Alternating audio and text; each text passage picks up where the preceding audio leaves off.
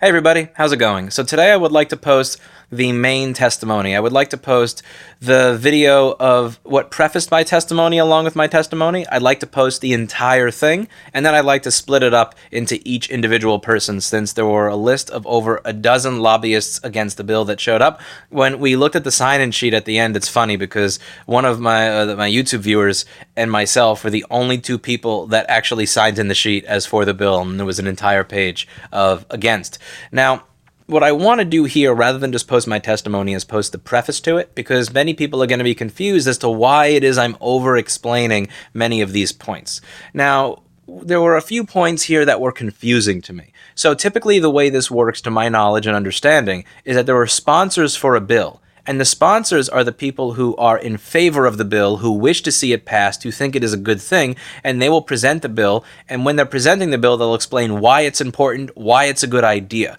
And when this bill began to be presented, I thought that the person speaking was the co-sponsor. But the way they were presenting it, it started to sound to me like they were an actual opposition lobbyist who thought that the bill should not be passed or that the bill was not fit. But then they said that they were a co-sponsor of the bill. And it's a little kind of confusing unless you watch it to understand what it is I mean. It seemed like these were well-meaning individuals, well-meaning people that cared about their constituents. Because unlike every place else, there was no timer. They had a little 3-minute timer in front of me and they never used it. They allowed each person who showed up to speak their piece and get all of their ideas out. They asked questions and it was great.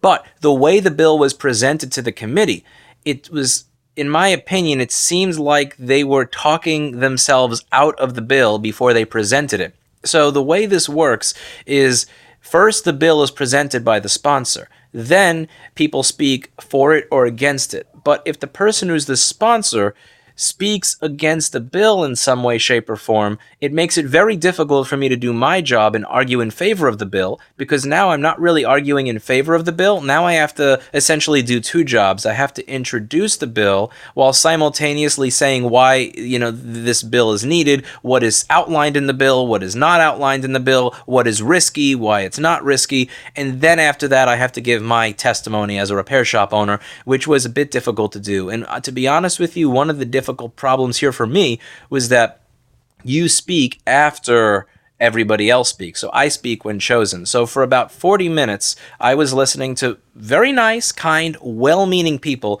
who did not seem to understand my industry, understand the problems in my industry, or understand the bill very much, explain to me how it works, listen to them sound confused, listen to them ask questions that I could have easily answered in a minute rather than have it go on for 20 to 30 minutes, but not be allowed to, because you can't interrupt a legislative procedure once it's in session. So I think it would be a good idea to actually listen to all of this, even if it is a lot before you get to my testimony, so that you can kind of understand how these legislative processes work. Because I think if people understand how these legislative processes work better, then people who are lobbying on behalf of Right to Repair might be able to get more favorable results if we understand where the weaknesses lie, where we need to put more work in. And clearly, after listening to today, there is a lot more work that we need to put in that happens way before there's any sort of legislative hearing or committee.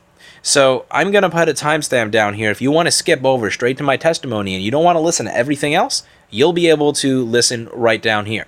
But if you're open to listening to the whole thing, which I strongly suggest you muscle your way through and do, you will be able to do that. As time permits, I'm going to cut these up so that you have each individual person who testified for or against the bill, so that there'll be short videos of each person's arguments and you can respond to those. I also would highly appreciate if people who understand farm equipment, once I do that, or tractors, or the entire dealership network when dealing with contractors, would be able to chime in, because while in my industry it's very easy for me to point out what I find to be BS when it comes to cell phones, MacBook repair, electronics repair, I'm kind of out there in the blue when it comes to tractors or marine equipment, farm equipment, boats, any of that stuff. That's outside my wheelhouse. So I don't know enough to be able to combat people who are saying things that are incorrect in a debate. But I would like to improve. Just because I live in New York and I'm not a farm person doesn't mean I'm not open to learning, doesn't mean I don't want to be your student in this manner, so that I can learn what is necessary so that I can be a better advocate for all of you. That being said, let's get to the testimony from today. All right, moving right along. We will now open up the public hearing on LD 1977, an act to ensure a consumer's right to repair certain electronic products. Welcome, Senator Carpenter. It is always nice to see you. Thank you, Senator Herbig. Always nice to see you. My first time before the IDEA Committee. I'm honored.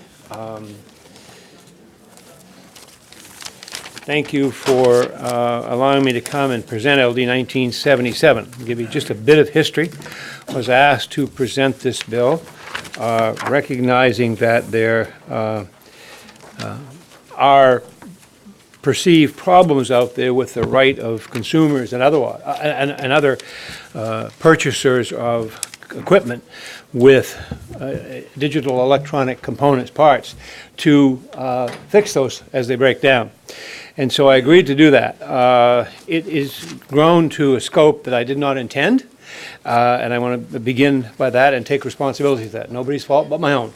I wasn't on top of things, the drafting perhaps as I should have been. As a result of that, persons and organizations, certainly in the heavy equipment manufacturing and sales business, have come to believe that this is aimed at them, and I don't know what the original intent. This is a national movement. Not that I've been in touch with any of the folks of the national movement, but I know that in at least 22 other states this legislation has been proposed.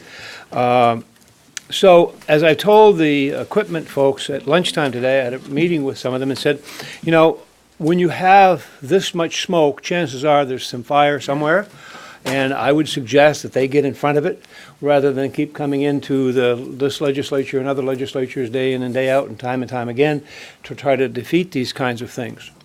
If I spend money, a lot of money in most cases, to purchase that or to purchase a $500,000 skidder, I expect service. I expect it to work, and as a part of that, typically I'll get a warranty. Well, the warranty is no good to me whatsoever if I can't A, get the parts to fix it, and B, get the people to fix it, because I darn sure I'm not going to tear this thing apart and try to fix it myself. So I think one of the first things we have to try to figure out is there a problem, and if there's a problem, what's the scope of the problem? I've been a little guy most of my life, and I've always been very much opposed to what I call a closed shop. When I first started to practice law in northern Maine, I learned how to do a title search, but I found pretty quickly that I was shut out of the title search business because that business was usually directed by the realtor or the banker to a certain lawyer or firm of lawyers in the town, and that always frustrated me greatly. So my opinion is that if manufacturers of the equipment as described in this bill are not making qualified personnel available to fix the equipment or parts available to fix the equipment, then they're doing a disservice not only to the persons they're selling to, but also to themselves ultimately in the long run. There are persons that believe that this bill is only designed for small consumer electronics and what I call the inert parts. I have a fairly new pickup truck. I've never taken my truck, even though it's still under warranty, I've never taken my truck back to the dealership. I haven't needed to. When I want the tires rotated, I go to my local mechanic who went to high school with me. When I want the oil changed, I go to the same guy. That's not going to void the warranty. I'm not going to ask him to diagnose a problem with the engine or to put electronic diagnostic equipment on that engine, because that probably would void the warranty. My point is, I guess, let's take the skidder, for example. If I pay $500,000 for a piece of equipment to work in the woods and it goes down on me, and I can't get the parts or the service to get that back up every day that's down, it's costing me a lot of money. And that piece of property that I paid a lot of money for is totally useless. I asked somebody who's in the business who I have great respect for, my brother-in-law, and I said, what's the issue here? What's driving this? Is it that there's not an availability of parts issue? Is it a cost issue? Or what is it? And he guesstimated, and I think the people that may come behind me here who testify on behalf of the equipment manufacturers, that it's both. That it's both. My sense of it is maybe it's the availability of service and service technicians and qualified, they're defined in here as authorized retail providers, I believe, repair providers, the availability of them to come and fix that piece of equipment so it can get back to work. I don't know what the scope of the problem is. So I guess what I'm going to ask you is to take this bill as a vehicle and to use it to try to define what the scope of this problem is. And are we really talking about consumer electronics, my cell phone, or are we talking about the $500,000 skidder? The bill appears in Section 3 to exclude a motor vehicle. Oh, I think the language is pretty, from a lawyer's perspective, if that's what you want to do, if you want to pass this bill, exclude motor vehicles. So, most of the heavy equipment that I've been mentioning is excluded under Title 29A as a motor vehicle, but I will leave with your analyst a proposed amendment that would give you a whole laundry list of entities that I wish to have excluded if that's what you want to do with this bill going forward. My preference would be that you use this bill as a vehicle to try to decide if there's a problem out there in the electronics field. And this is a big question, a big issue I'm leaving with you. If so, what's the scope of that problem? And what do we need to do to fix it? Currently, we don't have any state agency that would certify or train or oversee these kinds of technicians to do this kind of sophisticated electronic repair work. So we would have to create that bureaucracy, and I'm not sure that's what I ever intended in this bill. So I believe that the equipment manufacturers, who seem to be part of this bill, whether they like it or not, or whether they ever were intended, are willing to work with the committee or work with the legislature and to try to define what the scope of that problem is. As I told them, if this is something that's coming up nationwide, if this is something that's coming back time and time again, then there's a problem up there, and they need to be part of the solution, and they need to get out front on it. And they suggested, at least the folks that I talked to at lunchtime, that they were more than willing to do that. With that, I'll be more than happy to take questions from the committee. Thank you, Senator Carpenter. Questions from members of the committee? Representative Perry. Thank you, Senator. So my cell phone, I've broken a lot of screens on those, and Apple's been pretty good to me, but the Apple store is in Portland. Right. There's a guy who does screens right in Bangor. So if I break my screen, bring it to the guy to replace it in Bangor, have I voided my warranty for future problems with Apple? Is that kind of the scenario? Yes, that is certainly one of the scenarios that's been mentioned to me a lot. I'm given to believe, and I haven't looked at the warranty on your phone, frankly, I haven't looked at the warranty on my phone. I don't know if that will breach the warranty or not. What I was trying to get at here was the availability of people to work, and the only term I could come up with was the inert parts of this equipment. Again, I don't void my warranty when I have my mechanic, my buddy, change the oil. So I would argue that shouldn't breach the warranty. Knowing your analyst as I do, having worked with him all summer, I'm sure that he can come up with a far better definition than I can. But that's the kind of thing that I would like to address with this. But again, I think there's a bigger problem out there. If it's too much for the committee to get its arms around this session, so be it. But that's where I'm headed with this. Any other questions for Senator Carpenter? So, Senator, I just want to clarify, so make sure I understand what you're asking. So you're basically saying that this is not the bill. Let's strike this, and what your request is that perhaps we could have a state agency look to identify if there is some kind of problem. Yes, and given the fact, again, the number 22 states keeps coming up and talking to folks, that there are at least, this issue has come forward in at least 22 states. I believe California and perhaps Massachusetts have passed something like this. So I think we could get the data, Sam could get the data for you in terms of what's happened in other states. Is it that big a problem, or is it just normal? I mean, we've always, it used to be you got a 40-20 John Deere and you got your cousin to come out and fix it when it broke down in the field. Not quite so simple anymore, to use a farm analogy. So I don't know the scope of the problem. Okay.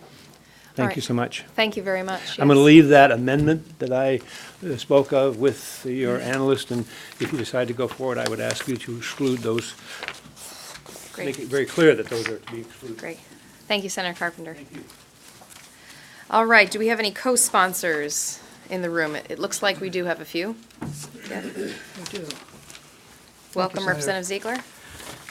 Thank you, Senator Herbig. Good afternoon, Senator Herbig and the distinguished members of the Innovation, Development, economic advancement, and business community.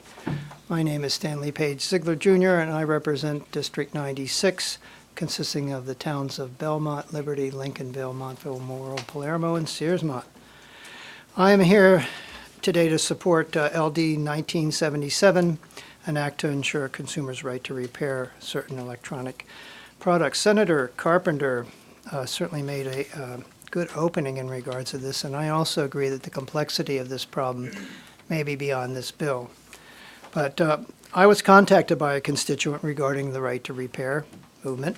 There has been an effort, as we've talked about, to introduce similar bills in 22 states, and California has been leading that. This movement has developed from frustrated consumers experiencing difficulty in repairing their items in a timely manner and at a reasonable cost. Some of you may be surprised to know that I spent much of my 20s working as a logger here in Maine. When our equipment or machines broke down, we would make the repairs in the field if we could, and if we didn't get paid. So we needed to repair those machines in a timely fashion. Nowadays, the machines are far more complex, as most in life is right now, that you have to call a dealer to order specialized parts and schedule service. If they aren't able to get the dealer to come to the job site to do the repair, you have to move the machine to the repair shop. This leads to time and money lost, not to mention the more expensive price of having to work solely with the dealer. Another issue the consumers highlight is that rather than being allowed to have items repaired at a modest price by local people, they are encouraged to purchase newer items when the dealer or factory explains the price to repair is greater than the price of the product. This process adds to our e-waste problem in landfills. This bill does not aim to make changes to proprietary information. That's a very important part of it, as that should remain protected. This is a bill about the rights of consumers. I also would like to note that Consumers Report, an independent nonprofit member organization, has submitted testimony in support of this bill. I thank the committee for its time. Thank you, Representative Ziegler. Any questions from members of the committee? Representative Stekes. Thank you, Madam Chair. Forgive me for being really confused. So we have this bill with a lot of language in it. We were just told from the senator that we basically should disregard all the language in this bill and come up with something else. The senator is questioning whether there's a problem or not. He actually asked us, is there a problem? And you just said we need to look into this problem. Could you be more specific? What are you identifying specifically as a problem? I think I just mentioned what the problems were. Could you repeat it then? I must have missed it. Yeah. The problem is that if you have to make a repair and you have to go through the dealer, often that can be very costly and it's a time delay. If there are people available to fix it in a closer range, it doesn't affect the warranty, that decreases the time. I think what the senator is saying is that there is a problem, but this bill, we want to look at the scope of the problem. We want more input from stakeholders. We want to see who's affected by it. And so, again, he's not saying there's not a problem. He's saying let's define the problem more. Most of the model bills in the 22 states going forward are started as concept bills. It's up to the legislature and this committee to define and from hearing the public testimony, to define more what the state should do in regards to that, to protect consumer rights. This started from Apple and its phones because of how they designed them. And when they started to design the much slimmer phone that we all love, they made them far more complex. I can't find my phone right now. God, I hate being 70 years old. We forget things periodically. That started, and then also farmers and anybody operating heavy equipment in rural areas started to complain because it took them time and effort and money to get their equipment fixed.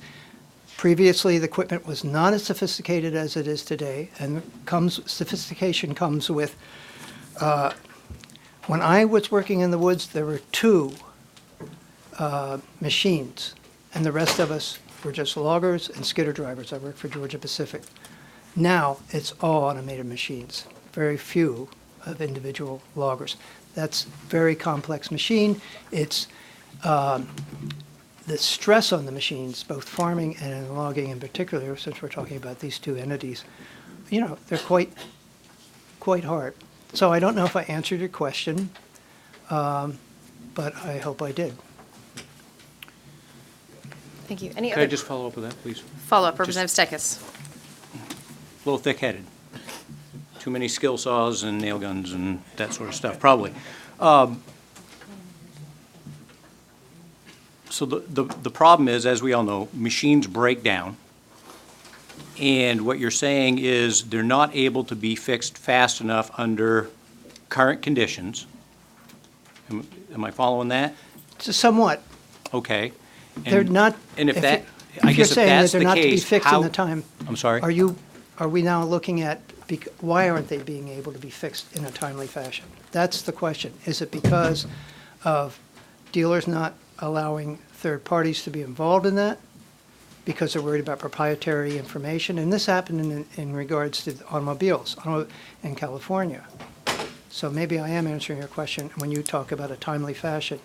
It's the time issue in there is because of the fact you have to go through dealerships.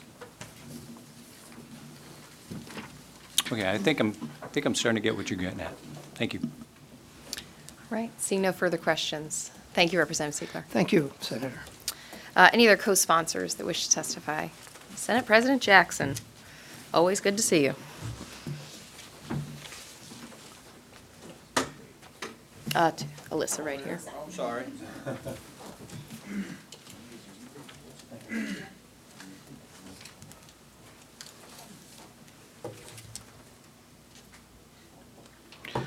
Senator Herbig and members of the Joint Standing Committee on Innovation, Development, Economic Advancement, and Business Committee.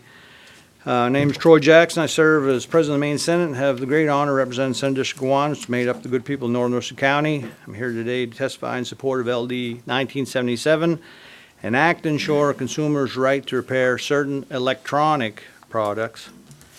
This is a simple concept. If you own a product, you should have the right to repair it, yet more and more electronic products are sold with severe restrictions on the owner's ability to repair their device. This undermines the free market and hurts small businesses who have traditionally performed basic repairs at a reasonable price. Often, much less than the manufacturer, it renders these small businesses obsolete at the expense of the the customer. In a large rural state like Maine, traveling to an authorized dealer costs both time and money, depending on where you live, and that's before the repair even begins. This bill takes a balanced approach to protect your rights as consumers, promoting small businesses, and respecting manufacturers' trade secrets. It requires manufacturers of electronic equipment to make available the information and material needed to diagnose and repair problems. However, it also acknowledges the manufacturer's right to protect trade secrets and maintain a warranty with the buyer. LD 1977 also established steps to ensure owner protection. Independent businesses, prior to servicing a product, must notify the owner of the equipment that they are not the authorized repair provider, and that owner should review the warranty before proceeding. Several companies already respect our right to repair, including Lenovo and Dell. They make their repair manuals and products readily available. Mainers are known for their rugged individualism and Yankee ingenuity. We are also known for our pragmatism when it comes to unnecessary expense. This bill is about taking matters in your own hands and bringing your device to a local person you trust and getting the job done. Mainers reserve the right to repair the products they own, the right to support small business, and the right to create jobs in their community. That's why I support LD 1977, an act to ensure computers' right to repair certain electronic products, and I hope you'll join me. So I just want to say the genesis of this bill, a lot of people in Worcester County had approached both myself and Senator Carpenter about phones, laptops, things like that, and I think Representative Perry spoke to having to go to Portland, which is, I don't have an iPhone, but I hear from people all the time that talk about the challenge of that, and I know with the Droid, bring it to Presque Isle, they ship it out, you know, and, I mean, we obviously live in a society now that having your phone with you is unfortunately a basic necessity. And so that really is what, you know, I heard from constituent-wise that, you know, seems to be a real problem. And in the drafting, I'm a little, I mean, I understand why people could be concerned about legislation like this, definitely. But, you know, the way that this bill is drafted, obviously by the revisor's office, if you look on the first page, on 3, it talks about digital electronic equipment. And digital electronic equipment means any product that depends for its functioning in whole or in part on digital electronics embedded in or attached to the product, but does not include a motor vehicle as defined by Title 29A. So when you go to that, 29A, motor vehicle means a self-propelled vehicle not operated exclusively on railroad tracks, but does not include a snowmobile, an all-terrain vehicle, or a motorized wheelchair. So, you know, I'm not a lawyer, but revisors drafted a bill that seems to have excluded motor vehicles, which includes forestry equipment and farm products and stuff like that. So that was never, you know, the intent or what constituents that I'd heard from with this bill. I mean, it's a simple fact that traveling to Portland to have somebody possibly change a screen, or so that's the issue. Is, you know, where do you draw the line on what could be repaired by local dealers and things like that? Never was, you know, my understanding, and I'm sure, I mean, Senator Carpenter, you know, didn't think that, you know, by the revisor's drafting, we were going down a completely different road. So, I mean, I've actually had Frank Martins here in the previous generation of this committee business talking about franchise agreements and stuff like that, understand the challenge of that. This is, you know, for me, why, you know, I worked on it with him and signed on to it about electronic. Now, obviously, that's going to cause a whole bunch of people from Apple and all those things to be upset. I mean, it's still going to be controversial, and I get that. But in the society that we're in today, not being able to have access to your smartphone or your laptop or tablet in a, you know, relatively timely manner is a problem. And I think it's something that, you know, we at least should look at. For my part, I mean, I tell the people in the room, I mean, I laid it all out. You know, if this any way, shape, or form got into motor vehicle as defined, then, you know, I would say the committee ought to kill it, because that was, I mean, I think Mike's, you know, concern, intent, and certainly mine. So, but I do think that we have, you know, serious problem with electronic devices in parts of the state. Possibly even in Portland. You know, maybe people in Portland don't get the service that they deserve either. I don't know, but I know the people that I represent are having a hard time with this problem. It was actually brought to us by constituents that, you know, we kind of share throughout Worcester County, and I'm sure, you know, you probably all have heard people's frustrations with that to some extent. So that's why I'm in favor of the bill, why I worked with Senator Carpenter, and why I co-sponsored it, and you know, regardless of what the committee does, why I'll be supportive of somewhere along the line this people getting you know, some form of way to make this work better for them. So I'll take any questions. Great, thank you, Senator Jackson. Questions from members of the committee?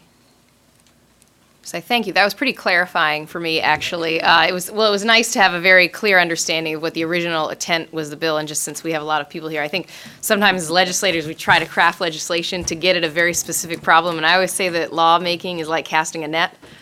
Sometimes you catch things in there that you don't intend, and it has consequences to people in the industry and causes a lot of alarm, and certainly none of us would ever want that. So thank you for clarifying that. So what I'm just to make sure, so what I'm understanding from you is that if we could identify a problem, or if we could have a better idea of what people are struggling with when it comes to their personal electronic devices, that would be more of what you would be looking Well, for. I mean, that's, what the intent of the bill was brought, Okay. both of us, and like I said, I go by what the revisor's office knows the statute, and, because it's not, like I said, I'm not a lawyer, but to me, after having explained to me more how they drafted, I think they drafted accurate, but I understand how it can be confusing, and certainly people in the industry, never should take a chance, Yep. so I can appreciate their concern, but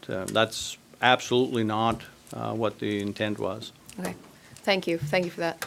Any other questions? Representative Crockett? Thank you, Madam Chair. I think it would be really helpful if we could get, if we can figure it out, a list of what products are affected here. I mean, obviously motor vehicles are out because a lot of times if the whole warranty issue, obviously that's one thing to address. But I know with the big companies, if there's nothing nearby, oftentimes they want you to mail it in order to get repairs and things like that. Well, depending on the size of whatever products we're talking about, that's not necessarily a viable option. And you're much better having it done locally if it's available. So if we could maybe narrow the scope of what the products are we're talking about, that would be helpful. Yeah, well, I mean, like I said, I don't disagree with you at all. I mean, the reality, forestry equipment, my son owns a fellow buncher. You have Frank Myron's right there in Fort Kent. You have North Tracks outside, down to Holton. That, while it's still distance involved there, at least people can get there and get parts and things like that. But, Portland is, and, you're not going to mail a fellow buncher to Portland, so. Okay, great. Well, thank you. Representative Stekis. Thank you, Madam Chair. I guess one of the questions that sort of comes to mind, here I am, I'm reading over all these words that we're supposed to not even be paying attention to now, I guess, but it does expressly say excluding motor vehicle,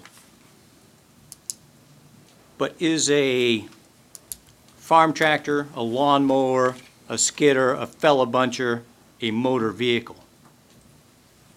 According to the revisor's office, no. The title, like I said, Title 29A states what a motor vehicle is. So this language would actually include those items.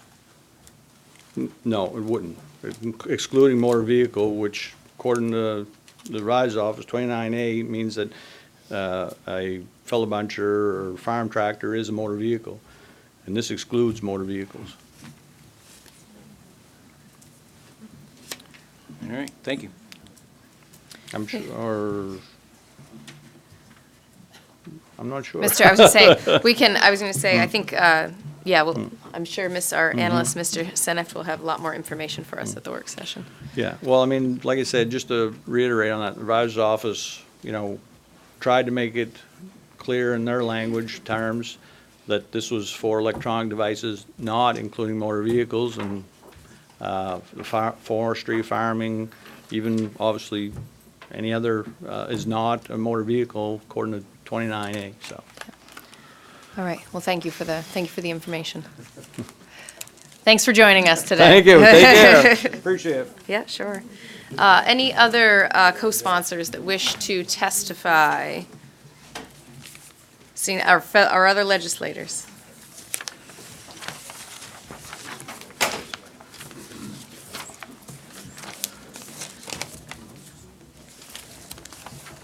Welcome, Representative. Thank you. Good afternoon, Senator Herbig and distinguished members of the Innovation Development, Economic Advancement and Business Committee. I'm Representative David McRae. I live up in Fort Fairfield in the center of the county, and I proudly represent the House District 148 in that county. I'm here in support of LD 1977, an act to ensure a consumer's right to repair certain electronic devices. I suspect there are quite a few people behind me that are kind of relieved to see the evolution of this bill right before their eyes. or devolution of that bill, because it, in my mind, when it was first brought to me by a constituent, it was explained as a way to allow cell phone and computer repairs such as replacement of screens, batteries, and other similar items, not to dig into the unbelievably technical parts of those electronic devices. I thought that was a good idea. He gave as an example some grandmother that received a cell phone that had been used by her grandson, and Grammy, I got to get a better one, and I'm going to give you my old one. But it's got a cracked screen, and she can't see very well through it. So if she could just bring that to my constituent Mike, and he could put a screen in that for $40, that would be great, but he can't, okay? So that was, I'm all in, okay? That's what brought me into this. I had breakfast this morning with Senator Carpenter, and we both were going, oh my God, how did this get so big and so broad, okay? And we probably should have known that it was going to get that broad, but I don't think the genesis of it really didn't even suggest that it was going to do that with us. I'm more thinking of the kinds of things like a printer that goes bad, where there's a thing in there that aligns something that's a little bit like a timing gear in a vehicle, and my computer guy says, Dave, throw that away. We can get another one just like it for less than I can repair it for, which is like, really, okay? Or just before it broke, I bought ink, a colored cartridge and a black cartridge. And there's about $60 worth of ink. So I thought, well, if I'm going to throw this thing away, I'm at least going to get my cartridges. So I bought another of the same kind of printer that I thought I could put those cartridges in and at least retrieve that. Oh, he says, oh, no. These have been installed in another computer, so you might as well throw them away because you cannot use them ever again unless you can put them in the original computer. That didn't set well, only because I bought the printer, I bought the ink. Those kinds of things are what I viewed this bill to be. I also think, now we're going to go into the motor vehicle a little bit here, and I don't want to expand this back to motor vehicles. But, like for example, changing the starter on a vehicle, changing the starter on a tractor that may have to be down right during harvest in Aroostook County for 2 days until they either can get a mechanic there that is factory trained or to get the part there. To me, that's kind of nuts. Okay, now if it's a part thing, it's a part thing. But if you can't change your own starter on the tractor, it's almost to the point where you can't change the battery on a tractor, or tighten a belt, okay, tightening a drive belt or something like that. One of the things is geographic isolation, and that can be with motor vehicles, but it also has everything to do with small personal devices, cell phones, laptops, iPads, etc. I was talking with someone recently that said they live fairly near Portland, and they said, "Oh, it's a pain because I have to go clear inside the mall to get service." And I'm thinking Portland's only 300 miles from my house, okay, and then when you get there, you have to make an appointment, and it's going to be for the next day, and you can't necessarily call ahead and get the appointment. So those are real nuisances, and I think somewhere in all of what we've heard talked about here, there is a solution. I apologize if I've been a part of making this expand to the point where people are going to throw things at me from the back. But I also think that in a lot of cases, it's a matter of let's make this be a factory-trained dealer repair so that we can get the $130 an hour repair fees, et cetera, and all of that, rather than having Mike up in Fort Fairfield put in a computer screen or a laptop screen or what have you. So that's, and there's a little bit of me, if I buy it, I own it. There's a little bit of that in there, and I understand there's proprietary material in there that I don't have any business being in there, but I still bought the phone, okay? And I know there's stuff in there that says I don't have the ability to get in there, and I don't want it. But there is something there that makes it somewhat patently unfair.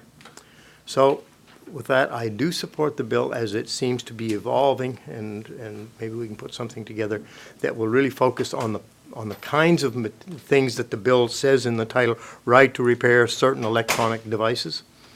If we can do that, I think it'll be a success for all of us. I think the people of Maine will appreciate it. And not just, not just that repair guy, but everybody. So with that, I'll try to answer any questions. Thank you, Representative. Any questions from members of the committee? Oh. Representative Stetkes. There we go. Thank you. Doing my part. So it sounds like with your testimony, as this has evolved, or however, so at this point, or devolved, at this point, we are only talking about electronic devices. I'm not the sponsor of the bill, but that would satisfy the part that got me involved in this. So I think if that's where we go, as I just said, I think that would be a great service to an awful lot of people on something that need not be this complex. Yeah, follow-up, Representative Stetkes. Okay, so if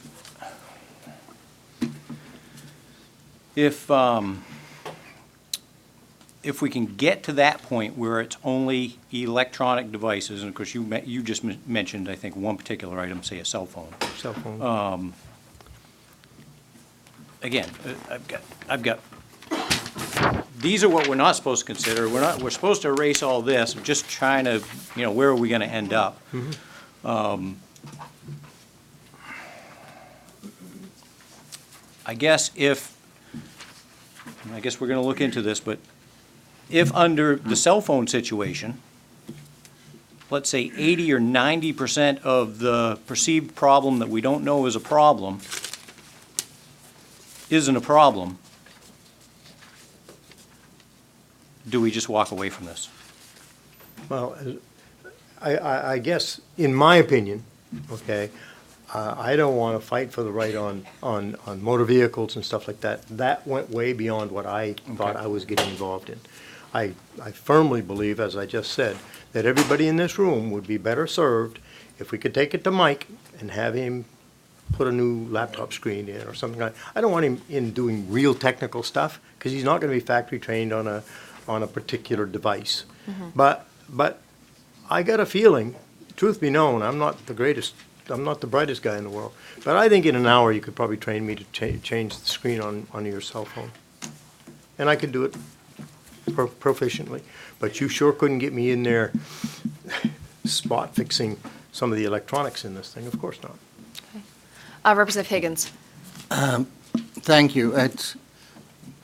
Rather than taking it to Mike, maybe we should take it to Sam, who's back here, who is our analyst. It seems that there's a quite different direction here that needs a lot of language to bring it back to what the intent was. We're certainly not going to write that language ourselves sitting around here. So when we come back to work session, I think it would make sense to have something that's captured what I think you talked about, what the President of the Senate talked about, and probably relieve a lot of angst of people here. And I won't be the ones fixing my screen, no matter what. But anyway, it would be much easier for me if I didn't have to drive 150 miles to do it as well. So I don't know if it seems to me that might be where we need to go, or maybe back to Revisor's office. I don't know, Madam Chair, what direction, but obviously we need something quite different what we have for the work session. I'd say a whole lot different, yeah. For point of clarification, the Mike I was speaking of was not the good senator. Mike was the constituent that brought this to me. Mike Carpenter doesn't fix No, and I don't. cell phone screens. I know him well enough to know I don't think we want him to. Okay. Very good. Very good. Thank you very Thank you, much. Representative, We for really joining us appreciate today. your Thanks time. for the information. Thank you, Commissioner. Sure. All right. Anyway, I don't see any other legislators in the room. Anybody that wishes to testify in favor of LD 1977?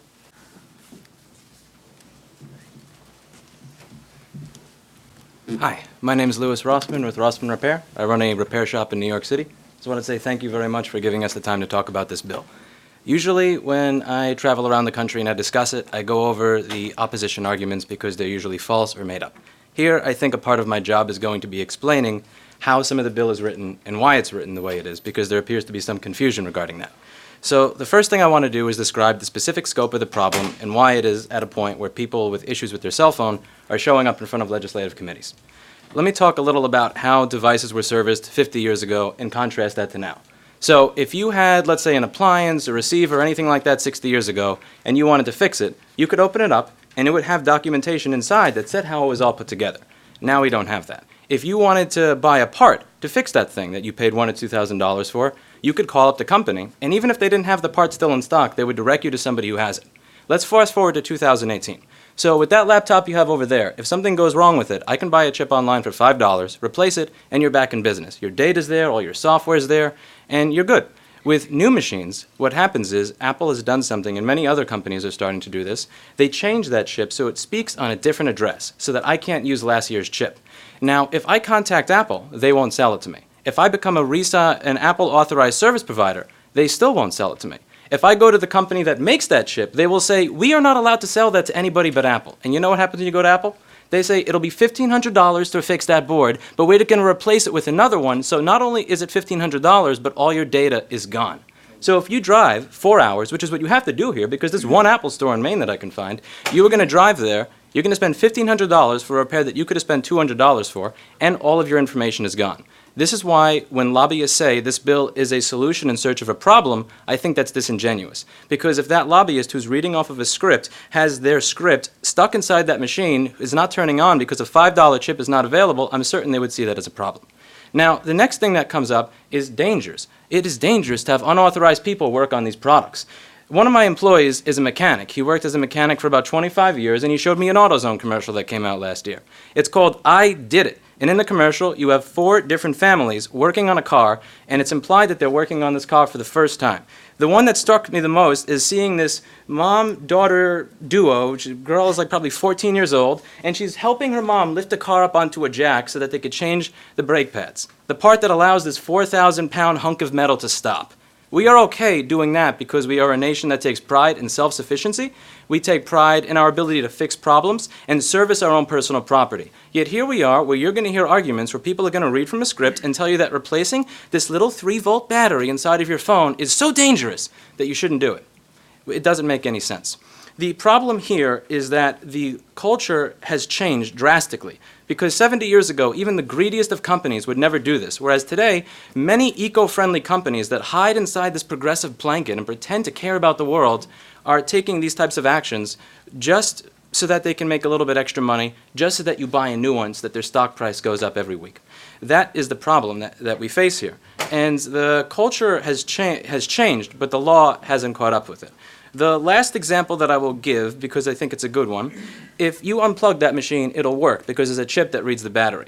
With the many machines they make now, if that chip dies and I try to replace it, it has no firmware on it. So I have to find a machine that I can read that firmware from. If I tried to read the firmware from a known good machine's chip, it will die. It will erase itself. Like when Jack Bauer in the TV series 24 would be chasing a terrorist, and then he'd go, "Where's the bomb? Where's the bomb?" And then the terrorist would eat a cyanide pill because he'd rather die than let Jack know where the bomb is. Imagine if you tried to hook up jumper cables from your car to his car outside, and the original car died just because you tried to fix it. Now, when it comes to scope and exclusions, there are certain exclusions that were written into the bill because, to be honest with you, people didn't feel like fighting lobbying groups of every single industry. So this is a bill that's regarding digital right to repair. This is an issue that affects everybody. Just 2 months ago, there was an article in the New York Times about how a Marine Corps officer was asking one of their subordinates, why can't we do this training mission? Because the generator doesn't work. Why doesn't it work? Because I can't get parts to fix it. This is about more than a cell phone or a tractor. This is affecting everything in this country nowadays.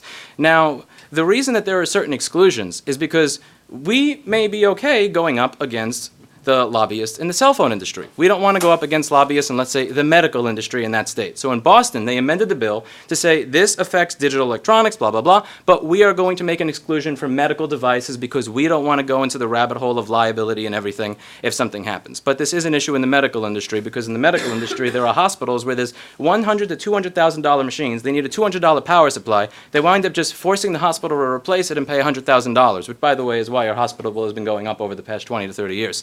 This is an issue that affects everybody. Now, when it comes to tractors, because I heard it mentioned, does this affect automobiles? Does this affect tractors? What you should know is that in Nebraska, the Nebraska Farm Bureau voted 176-1 in favor of supporting right to repair legislation. So whether or not this affects farms, you should know that A, farmers want a bill like this, B, they've been lobbying for it in Nebraska and Tennessee for years, and C, the Nebraska Farm Bureau is all standing behind you if you choose to sign this legislation. And if you have any questions, feel free to ask me. I'm more than happy to answer any concerns, and I'm here until tomorrow. I'm not a lawyer, but I'm not a lobbyist either, but I'm good at playing pretend. So. Questions from any committee members? Representative Handy. Thank you for coming, and your perspective is very interesting. And my question is around the impact on small repair businesses, either existing ones or ones that would like to expand.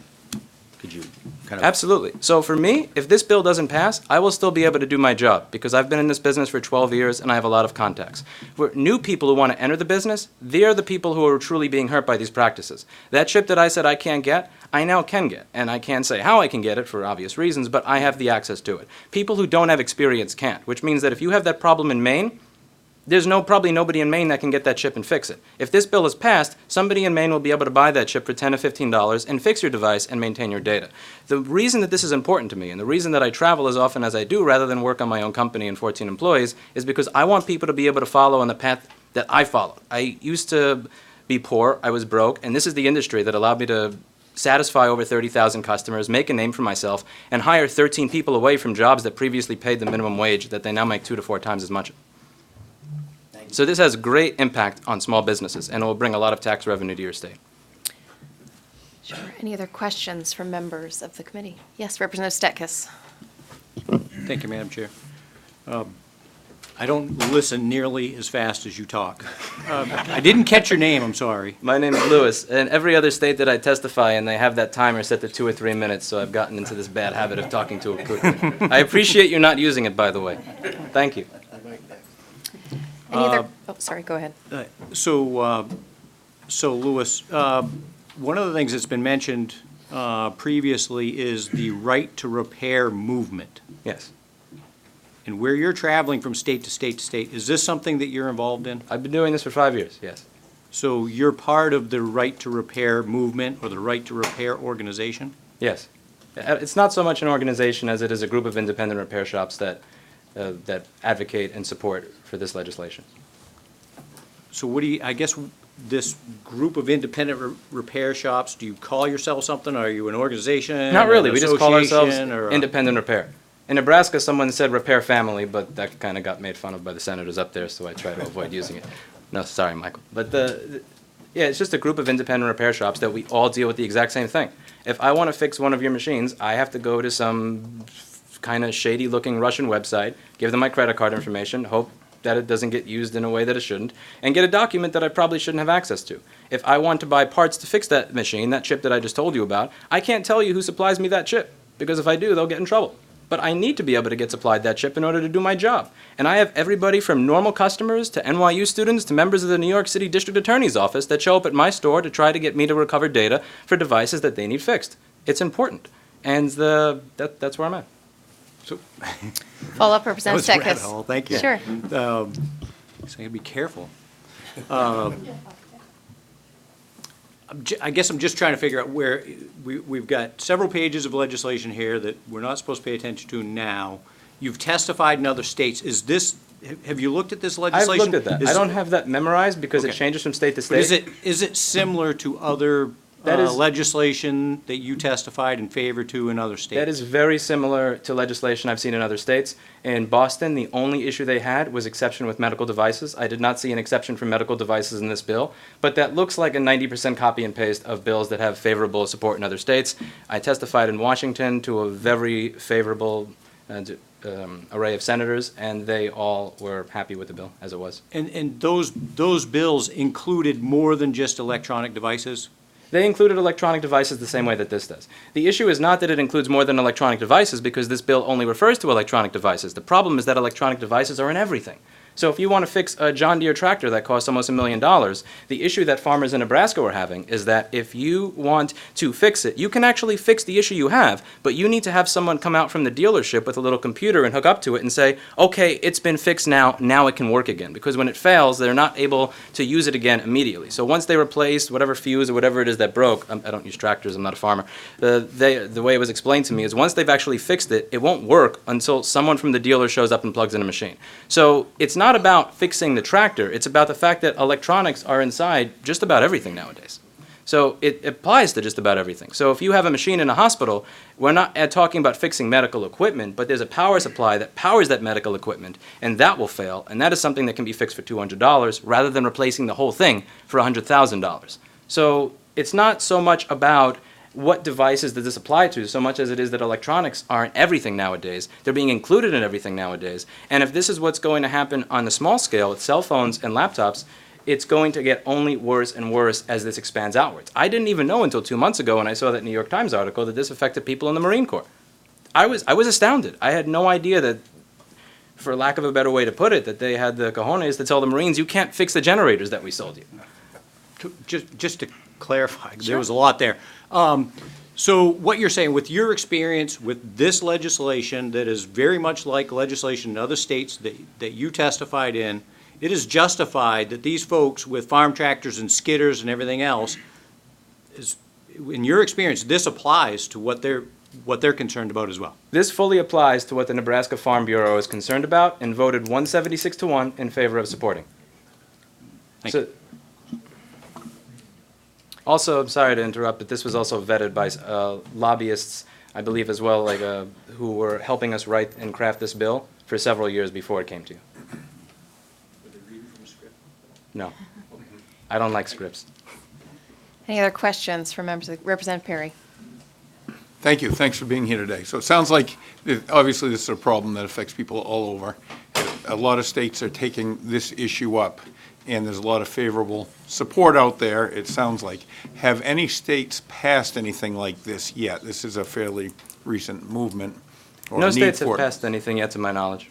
But do you foresee, someone's going to be the first? I foresee Washington passing it because, to be honest, in the past 5 years, I've never seen lobbyists get skewered the way they were by the senators in Washington. They were listening, they understood the bill entirely, and they were asking hardball questions. Whereas usually in the past, when we would go to testify, we would hear lobbyists speak, and there would be no questions for anybody, and then the bill would just disappear. Whereas in Washington, it appears the senators are very gung-ho about making this happen. And in Boston, there was also favorable testimony given from some of the senators that were there. I'm just wondering if someone's already done the work that we could Yeah. look to for guidance. Thank you. Any other questions from members of the committee? Seeing none, thank you for joining us today. All right, thank you so much for taking the time. Welcome. Hello, welcome. My name is Anthony George. I live in Waterville. I work here in Augusta. I'm a microbiologist at the Alphonse Center for Health. I just want to share as a consumer. I don't belong to any group. I'm a consumer. I bought this stereo about 5 years ago. This stereo was built in 1971. I bought it because it had two phono inputs, and I wanted two record players.